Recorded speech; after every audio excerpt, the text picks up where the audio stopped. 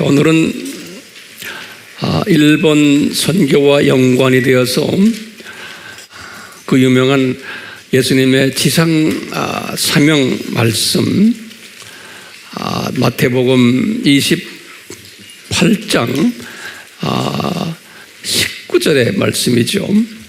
그리고는 또 마태복음 24장 14절의 말씀 우리 다 알죠? 이 말씀과 연관돼 가지고 오늘 중요한 말씀을 같이 나누려고 그래요. 마태복음 24장 14절 예수님의 감람산 설교에서 이런 말씀하셨죠. 이 천국 복음이 모든 족속에게 전파되리니 그제서야 끝이 오리라. 이제 오늘날 전 세계에 예수님의 재림을 기다리는 사람들은 이 말씀을 모토로 삼고 있어요. 세계 어디 가나 아프리카에 가도 중동에 가도 어디 가도 거기 교회들 모인 데 보면 이 말씀을 벽에다 이렇게 붙여놨어요. 미국 가도 마찬가지고요. 이 말씀이 그만큼 많은 사람들에게 선교의 동기를 부여시켜주는 말씀이에요. 이와 함께 또 28장 19절에도 그러므로 너희들은 가서 모든 족속으로 라는 제자를 삼아 이런 말씀이 판타타 에뜨네 그랬죠. 이제 그것이 우리나라 말로는 한국 개역 성경에는 족속이라고 이렇게 번역을 해놨어요. 그런데 엄밀한 의미에서는 그 단어가 에뜨네란 단어가 족속이란 단어가 아니에요. 그것이 아니라는 것을 제가 오늘 설명을 해드리려고 그래요. 나머지 또 이와 비슷한 단어들이 몇 개가 나오는데 그것을 제가 오늘 자세히 설명을 해드리려고 그래요. 준비됐어요? 네. 이제 이렇게 예수님께서 지금 이 지상 사명을 예수님이 다 이렇게 내리셨잖아요. 그럼 그때가 주후 언제예요? 주후 30년으로 우리 보고 있죠. 네. 주후 30년으로 이제 보고 있는데, 그리고는 쭉 이제 지나가다가 이제 예수님의 요 공중 혼인잔치 때, 요 예수님의 공중 혼인잔치예요. 그러니까 지금 여기 주후 여기 30년에 30년 이때부터 쭉 해서 30년에 요 지상 사명을 주셨는데 그때 에뜨네라는 단어를 주셨어요. 에뜨네. 요 단어 우리 아바에서 공부 많이 했지요. 요 에뜨네라는 단어를 주시고는 다시 말하면 우리식으로 말하면 모든 족속들에게 복수거든요. 에뜨노스가 단수예요. 에뜨노스 그러면 단수예요. 그런데 에뜨네 하면요, 그건 복수예요. 예, 그렇게 참고로 꼭 알고 계세요. 그러니까 모든 족속들에게 복음을 전해라 그랬는데 이렇게 다시고는 쭉 오다가 이제 공중 잔치 혼인 잔치 때 오다가 이제 주후 95년에 요한 계시록을 썼잖아요. 95년에 이럴 때 요한이 환상으로 탁 본 거예요. 요한이요. 무슨 환상을 봤느냐? 예수님의 공중 혼인 잔치가 아니에요. 공중 재림이에요. 공중 재림 때의 장면을 환상으로 봤어요. 예. 누가요? 요한이에요. 요한이. 그것을 어디에다 기록했냐면은 이분이 계시록 7장. 처음에 계시록 7장은 처음 8절까지는 14만 4천 메시아닉 유대인들 이야기예요.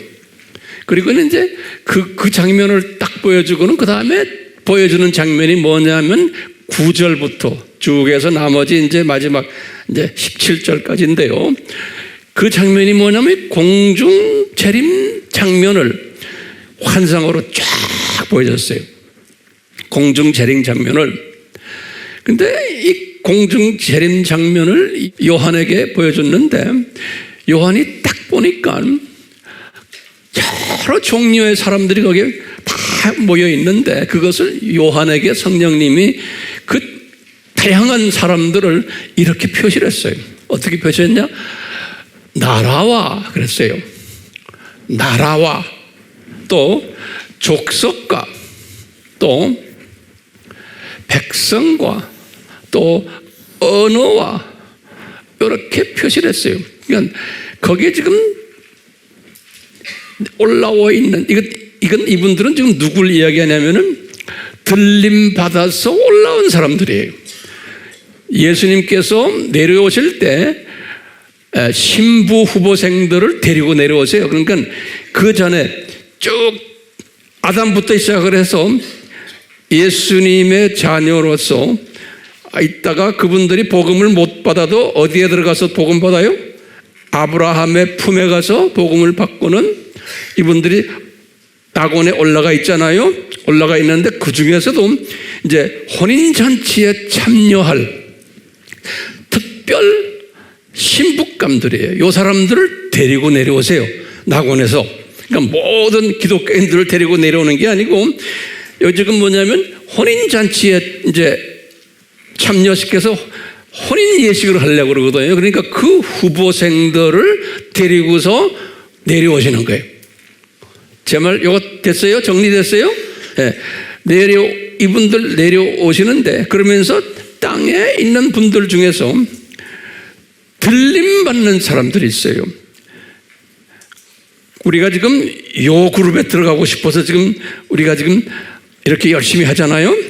이 들림받는 사람들의 모습을 위에서 내려온 사람들 모습이 아니고 들림받는 사람들의 모습을 요한이 이렇게 표현한 거예요. 들림받는 사람들을 딱 보니까 나라와 족속과 백성과 언어로 이렇게 표현해요. 이렇게 각 들림받은 사람들 이런 다양성을 가지고 어떤 사람은 이런 나라, 이 족속, 백성, 언어가 다 다르다는 거예요. 이렇게 표시했어요. 이것이 이제 우리가 의문점에 우리 이제 여러분들은 뭐 그냥 별로 신경 안 쓰겠지만 저 같은 사람은 신경을 써요. 왜 신경 쓰냐면은 이게 예수님이 분명히 지상 사명을 내리실 때는 뭐라고 그랬어요? 모든 한국말로는 족속이에요. 근데 그게 족속이 아니에요. 에뜨네. 이 에뜨네는 정확히 말하면 뭐예요? 나라예요. 이건 네이션스예요. 네이션스. 에뜨네라는 거는. 근데 한국 성경은 그것을 족속이라 표현했어요. 여기 족속이 나오죠? 이렇게 표현했어요. 그러니까 이게 혼돈스러운 거예요. 한국 성경이. 근데 미국 성경이나 원어를 보면 다 네이션스라고 그랬어요. 네이션스. 그리고는 원어로는 에뜨네 그랬어요. 그러니까 에뜨네라는 이 헬라 단어가 무슨 뜻이에요? 네이션스라는 뜻이에요. 네이션스. 네이션스라는 뜻은 뭐냐? 제가 쭉 이렇게 리서치를 해보니까 요거는 문화적인 개념이 많이 들어가 있어요. 또는 정치적, 경제적, 사회적, 교육적 영역을 이야기할 때, 그러니까 다시 말하면 사람인데 사람을 분류할 때 요 문화적인, 정치적인, 사회적인, 교육적인, 그러니까 거기 참석한 사람들이 많은데 각자가 다 요 문화가 다르고 정치가 다르고 경제가 다른 나라에서 온 사람들이라는 거예요. 됐어요? 이 다른 사람들이. 그래서 그것을 더 자세히 보면요, 전통들 다른 거예요. 우리 일본 사람들의 전통이 있고 우리 한국 사람들의 전통이 다시 말하면 그런 유니폼들을 입고 있거나, 근데 이 사람들이 다 보면 흰 옷을 입고 있었다고 그래요. 다 흰 옷을 입고 예수님의 보혈의 그 시킴을 받은. 근데 보니까 일본 사람도 있고 한국 사람도 있고 중국 사람도 있고 아프리카 사람도 있고 이 전통, 관습, 풍습, 습관 이런 개념을 이야기할 때 쓰는 단어가 nations라는 단어예요. 에트네라는 단어예요. 알겠어요? 그러니까 에트네라는 단어가 그 단어예요. 근데 우리가 이제 한국말로는 민족이라고 족속이라고 그러는데 이 족속은 또 달라요. 원어를 보면은 휠론이라는 단어인데요. 이것이 이제 영어로는 tribe라고 번역이 되어 있어요. 영어성이 tribe란 말 알죠? 요게 족속이란 뜻이에요. 달라요. 그런데 우리나라 성경이 여기 보면 마태복음 24장 14절이나 28장 19절에 보면 한국 번역이 족속들이라고 이거 번역을 해버렸어요. 요 에트네를. 그러니까 이것은 맞아요, 안 맞아요? 이거는 정확하게 보면 안 맞는 거예요. 우리나라 성경이. 그래서 우리가 한국 사람들이 선교에서 좀 혼돈을 가지는 거예요. 그건 나중에 제가 좀 있으면 또 자세히 설명할게요. 벌써부터 얼굴이 좀 심각해 있는데 잘 이해가 안 되는 것 같아, 내 느낌에. 돼요? 되면 손 좀 들어보세요. 한번 봅시다. 아, 고마워요. 됐어요. 자, 예수님께서 지상 사명을 내리실 때 뭐라고 그랬어요? 에뜨네라고 번역한 거예요. 알겠죠? 그러니까 그 말은 뭐예요? 모든 족속들이 아니고 모든 나라들에게 가서 복음을 전하라는 뜻이에요. 모든 나라들. 그러면 어떤 의미일까요? 나라라는 뜻은 에뜨네라 그랬죠? 그러면 그 당시엔 인구도 많지 않았죠? 1세기 때는 2세기, 3세기 때도 그렇고요. 인구가 많지 않았으니까 그렇게 복잡하지 않았던 거예요. 다시 말하면 나라, 족속, 백성, 언어 이렇게 막 다양하지가 않았던 것 같아요. 그러니까 예수님께서 단순히 그 당시만 해도 제자들에게 너희들은 가서 복음을 로마 제국을 향해서 복음을 전하는데 에뜨네로 전하라는 게 다시 말하면 풍습이 다르고 문화가 다르고 전통이 다르고 습관이 다른 이런 사람들 로마 제국 안에 그런 사람들은 있잖아요. 그런데 가서 복음을 전해라 그런 소리. 네 민족만 하지 말고 문화가 다르고 정치가 다르고 또 교육 수준도 다르고 또 여러 가지 사회적인 직분도 다르고 이런 사람들에게 가서 복음을 전해라. 그러니까 단순한 개념이에요. 이 에뜨네라는 개념이. 그런데 이제 종교 개혁이 1517년에 그때부터 시작을 해서 지금 1900년만 돼도 인구가 20억이에요. 예수님 당시에는 1억도 안 됐을 것 같아요. 이제 인구 조사하는 사람들의 학자들마다 그 숫자가 좀 다르지만 제 보기엔 그래도 1억도 안 될 거예요. 예수님 당시에는. 그러다가 20세기에 들어와서는 20억인데 그것이 딱 100년 후인 오늘날은 어떻게 됐어요? 2000년에는 60억이 됐다가 지금은 85억이 된 거예요. 그러니까요, 인구가 엄청 늘어나는데 언제 많이 급증했어요? 요 근래 와서예요. 요 근래 와서. 다시 말하면 100년 전만 해도 20억이에요. 그런데 2000년에 딱 보니까 보통 60억 또는 65억 그래서 2000년에. 그래서 지금 딱 오니까 지금 2023년이잖아요. 지금은 85억이 된 거예요. 그러니까 인구가 엄청 늘어났기 때문에 그 안에 다양한 사람들이라는 게 나라가 다르고 족속이 다르고 백성이 다르고 언어가 다른. 그러니까 초창기에는 예수님 당시나 그 초대교회 당시에는 이렇게 다양하지 않았던 거예요. 사람들이. 그런데 인구가 많아지면서 이제는 다양한 사람들이 나타난 거예요. 특히 예수님 재림 전에는 오늘날 보면 그러니까요. 여기 지금 요 공중 재림 때 장면을 지금 우리 계시록 지금 7장 9절에서 이제 여기 설명을 하는 거예요. 그러니까 요한이 이제 예수님 공중 재림 때에 들림 받아서 올라간 사람들을 보니까 엄청 다양한 거예요. 요한 시대에는 그렇게 생각을 안 했는데, 그래서 그 다양한 하나님의 백성들이 그것을 이렇게 네 가지로 표현했어요. 여기 7장 9절에 보면 나라와 내가 이렇게 보니, 요한이 내가 이렇게 보니 들림받아서 올라온 하나님의 백성들 보니까 나라가 다르고 족속이 다르고 백성이 다르고 그 다음에 언어가 다르다 이렇게 표현해놨어요. 그러니까요, 예수님이 지상 사명을 내리실 때는 한 단어만 썼어요. 로마 제국한테 가서 할 때는 무슨 단어만 썼어요? 에트네라는 단어 썼어요. 다시 말하면 nations라는 단어 썼어요. 근데 실제로 쭉 예수님의 재림직 보니까, 이때 보니까 그렇게 심플한 거 아니에요. 사람이 이렇게 다양해졌다는 거예요. 사람이.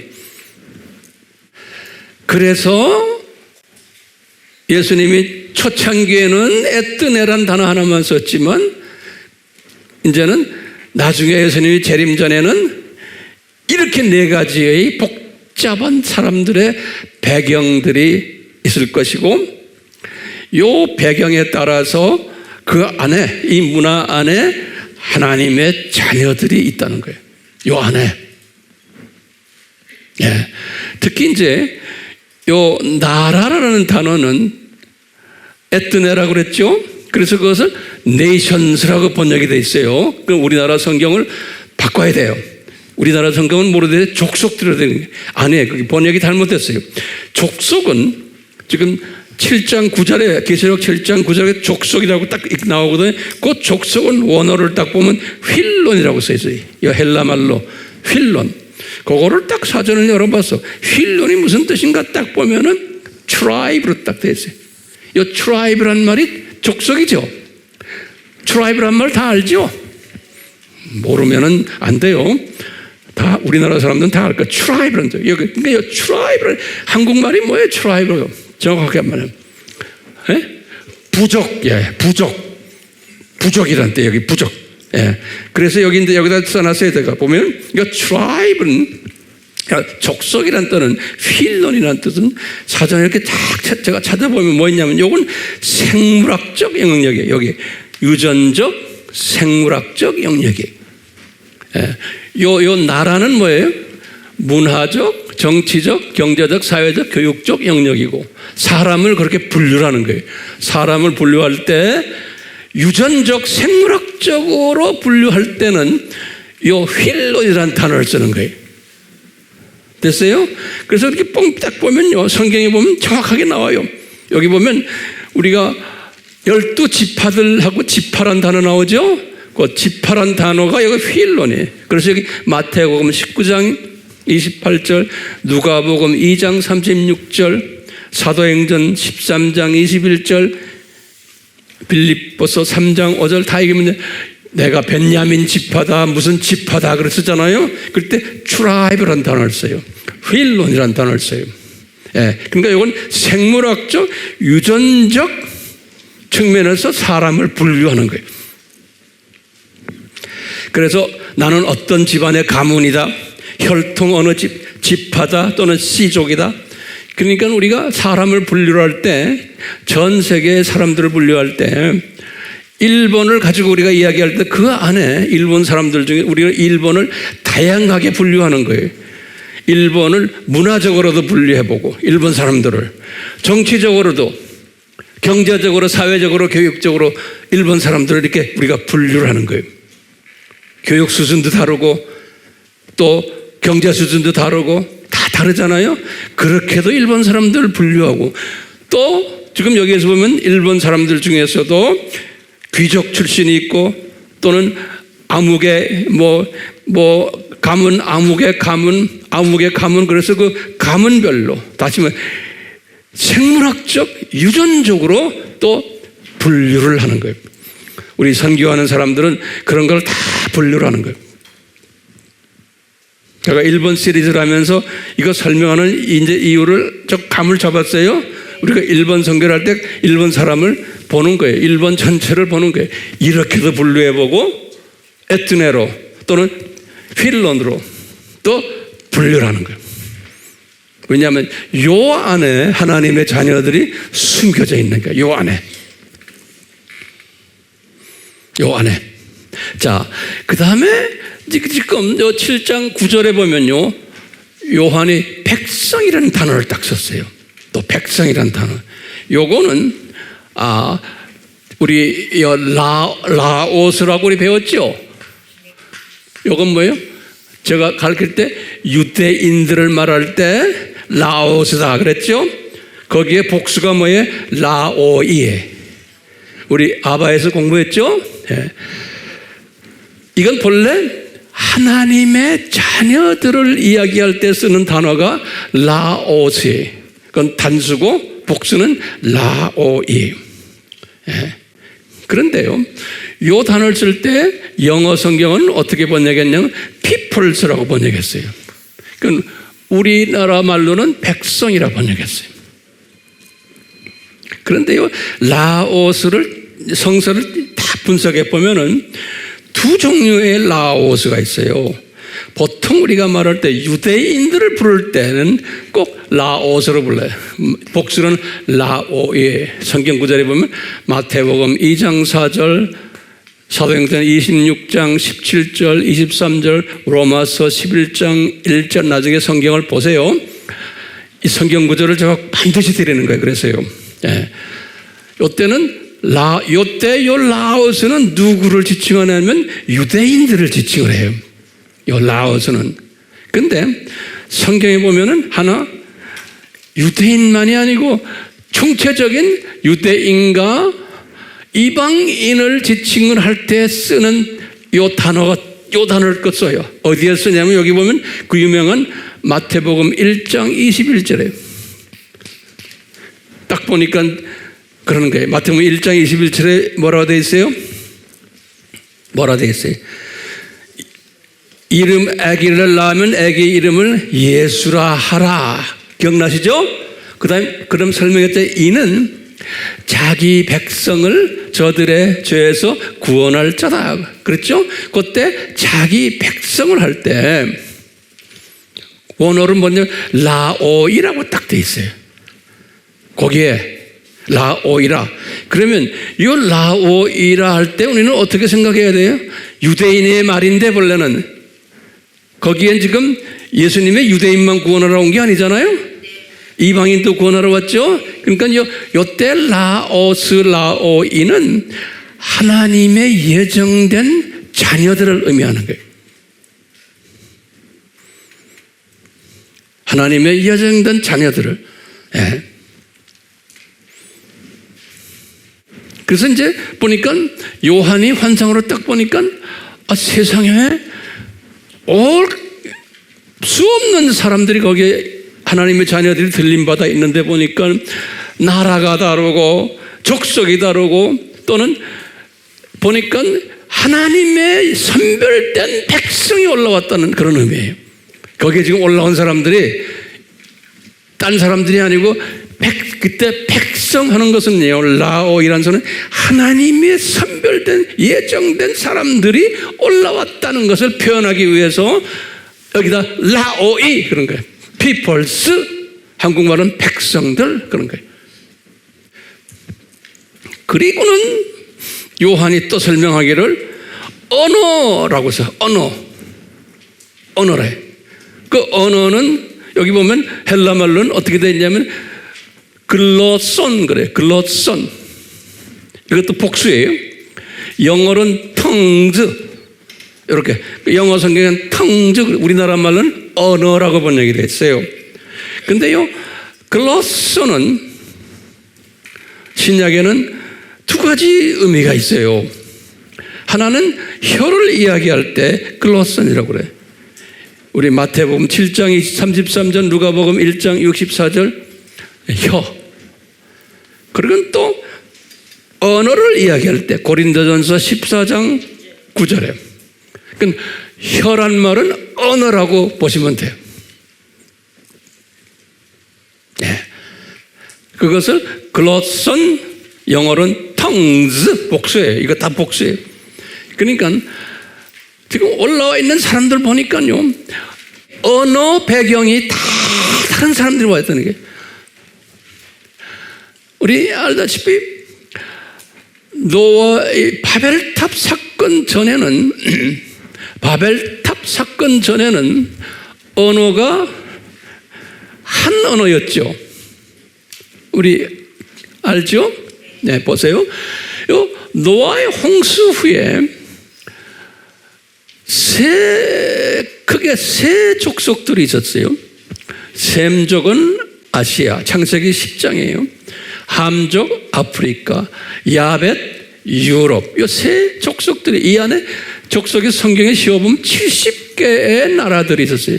족속보다는 요 사람들이 70개의 나라들을, 조그만 나라라는 건 좀 마을들이에요. 마을 타운을 만든 거예요. 그래서 그럴 때 나라라는 에뜨네라는 표현 쓴 거예요. 요 사람들이 70개의 에뜨네들이 형성된 거예요. 요 세 아들들을 통해서.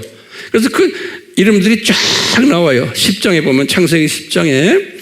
그래서 이제 그럴 때 네이션즈, 한 분 한 분이 마을을 만든 거예요. 나라를 만들었다는 거예요. 그러다가 이때 랭귀지는, 언어는 한 언어를 썼어요. 그런데 요 바벨탑 사건, 창세기 11장이죠. 1절에서부터 9절이에요. 바벨탑 사건 이후에 언어가 하나였는데 70개의 나라들이, 70개의 에츠네들이, 네이션즈들이 다 다른 말로 이제 하게 된 거예요. 언어가 변해버린 거예요. 한 언어가 바벨탑 사건 때문에 몇 개로 언어가 벌어졌어요? 70개로. 그래서 70예요. 근데 오늘날은 이 언어가 얼마나 많아졌냐면 6,500개로. 오늘날은 6,500개의 텅스 언어가 지금 존재하는 거예요. 6,500개. 그러니까 이제 요한이 본 게, 예수님의 공중 재림 때 보니까 6,500개의 언어를 하는 사람들이 거기 다 올라와 있다는 거예요. 그러니까요, 거기에 빠지면 안 돼. 모든 언어권 사람들이 한 사람이라도 다 올라와야 되는 거예요. 한 사람이라도. 그러니까 우리가 지금 일본 선교하는 게, 일본 안에 이렇게 지금 다른 나라들이 이 안에 있고요. 다시 말하면 문화적, 경제적, 이렇게 사회적, 교육 다른 사람도 있고요. 족속별로도 다 다른 시족들, 지파들이 일본 안에 있는 거예요. 또 저기 보면 저 안에도 하나님의 자녀들이 있고 사탄의 자녀들이 그 안에 다 있는 거예요. 또 그 안에도 언어가 다른, 기록에 보니까 그냥 세상 사람들의 기록에 보면 일본에 16개의 언어가 있다고 이렇게 돼 있어요. 제가 조사해 보니까. 그렇지만 그거보다 훨씬 더 많을 거예요. 마을마다 액센트가 다르고, 우리나라도 조그마한 나라인데도 지방마다 액센트가 다르잖아요. 그것도 다 다른 언어로 넓게 볼 수도 있거든요. 그러니까 일본도, 그러니까 다양한 언어들이 그 안에 숨겨져 있는 거예요. 그렇기 때문에 우리가 지금 하고 있는 일이 뭡니까? 요 공중재림에 올라갈 일본 사람들을 우리가 이제 뽑아가지고 지금 섬기려고 그런 거예요. 그런 사람들을 우리가 지금 일본 선교하면서 일본에 숨겨진 이렇게 4가지의 영역으로 숨겨져 있는 일본 사람들, 누군지 모르지만요, 이런 사람들을 복음화 시켜서 이 사람들이 어디로 올라가요? 1위로 올라가도록. 왜? 요한이 미리 본 거예요. 보니까 우리 한국 사람들도 이런 부류로 해서 올라가 있고, 일본 사람들도 저 4부류로 해서 올라가 있는 거예요. 그러니까 우리는 누군지는 모르지만 우리가 일본 선교를 한다는 것은 우리가 일본의 사역자들을 통해서 가정교회를 만들어가지고 요 사람들이 나가서 요 네 부류의 일본 사람들을 만나게 하고 복음화를 시키게 해서 요 사람들이 어디까지 올라가요? 여기까지 올라가도록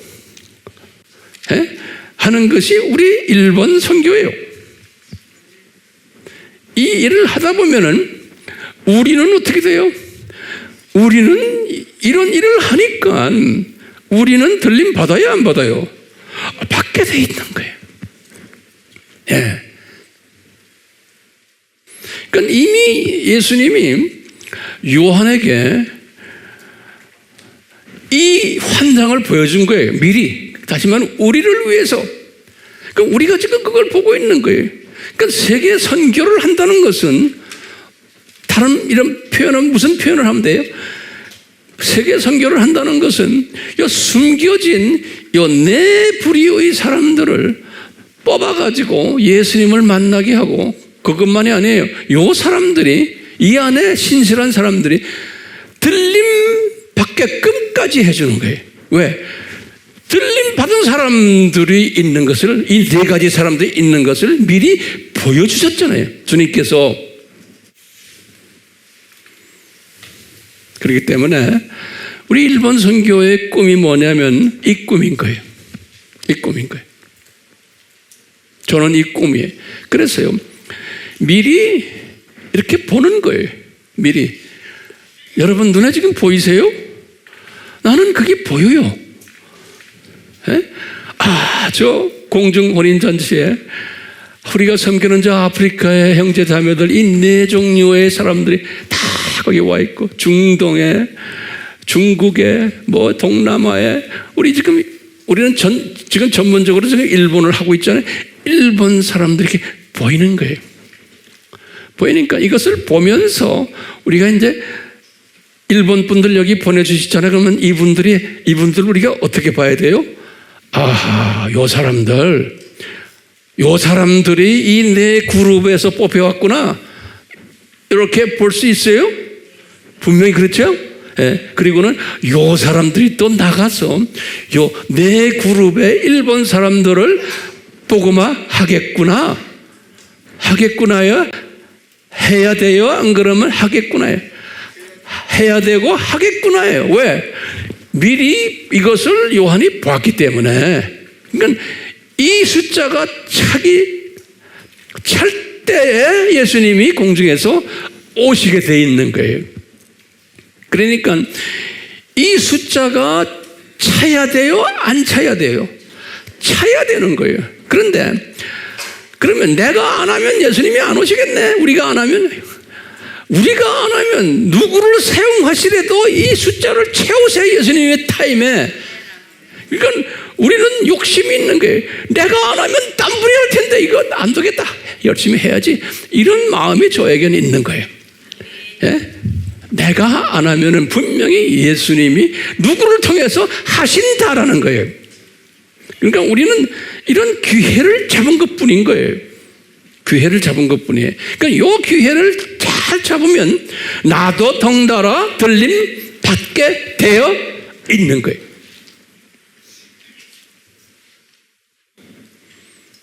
그리고는 우리가 이렇게 섬길 일본 이 형제 자매들을 보면 이 네 개를 보면서 이분들이 가정교회를 하면서 열심히 할 것을 눈에 보이고 이분들이 가정교회들을 통해 가지고 이 복음화를 이 네 종류의 복음화를 할 것을 미리 보는 거예요. 왜? 히브리서 11장 1절에 뭐라고 그랬어요? 내가 이렇게 보는 것은 믿음은 뭐예요? 바라는 것들의 실상이라고 그랬죠. 내가 이렇게 보는 거예요. 내가 이렇게 보는 거예요. 그게 이제 믿음이에요.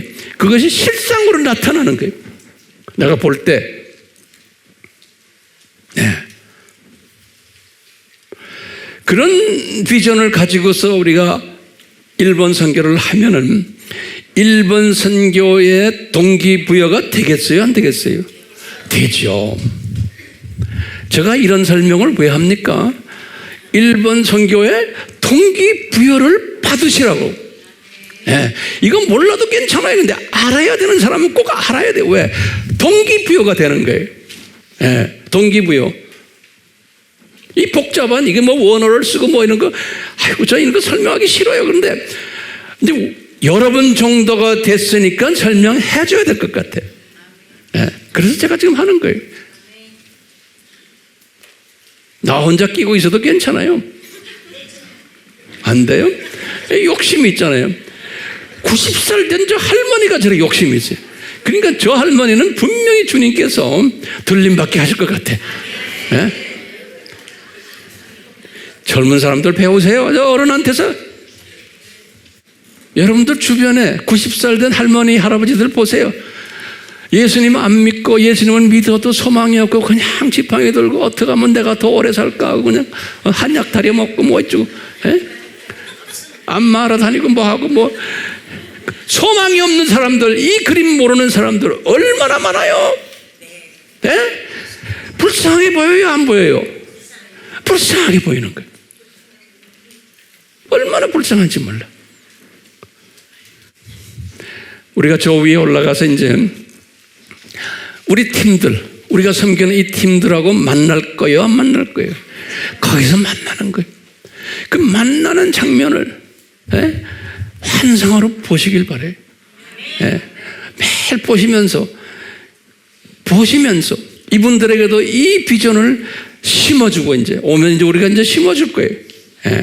그러면서 우리가 머지않아 저 위에서 인터내셔널 파티하겠구나. 예수님의 신부들이 모여서 파티하겠구나. 그리고는 이 7년 환란 이때 엄청난 고통이 여기 있을 텐데 위에서 우리는 내려다보고 있는 거예요. 지금 저 밑에서는 엄청난 고통이 지금 일어나고 있는데 그걸 내려다보고 있는 그 환상도 가지고 계세요. 나는 그게 보이는 거예요. 그러니까 7년을 통과하면서 순교자 되는 것도 좋지만 올라가는 게 더 좋잖아요. 올라가야죠. 그러면서 우리는 뭐 봐요? 7년이 끝나면 이제 혼인잔치겠구나. 이 장면도 성경에 자세하게 또 설명해 줬잖아요. 그 비전으로 보는 거예요. 오늘은 제 말씀의 결론이 뭐예요? 우리가 섬기는 이 1번 팀들이 우리와 언젠가는 저 위에서 만날 거다. 그렇기 때문에 그 만날 때 그 기쁨의 파티를 할 테인데 이분들이 여기 왔을 때 미리 다 교제하면서 친해져야지. 그 다음에 나중에 여러분들이 또 일본에 가가지고 이분들을 지금 가정교회를 도와줄 때 친해져야, 미리 친해져야지. 저 위에 올라가서 얼싸안고 같이 놀죠. 그러니까 우리 아미 식구들이요, 이 그룹 속에 들어와서 친해지는 일에 여러분들이 직접 간접으로 담당하셔야 되잖아요. 아미교회 교인이라고 해서 그냥 구경만 하고 있으면 어떻게 해요? 그러면 안 되죠.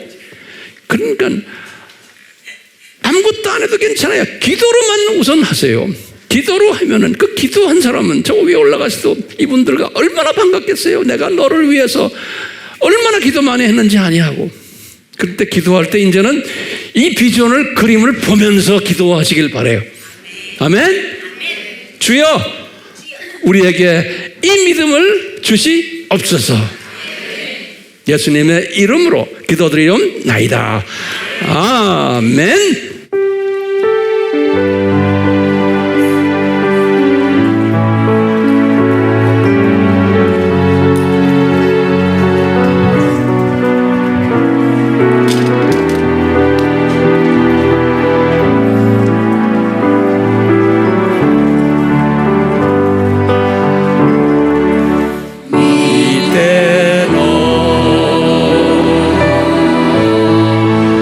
나가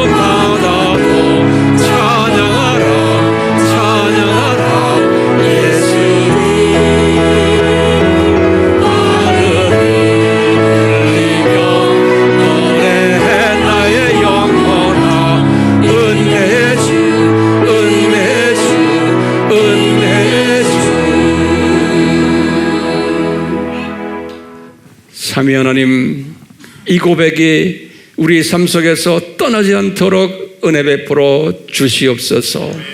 예수님의 이름으로 축원하옵나이다. 아멘.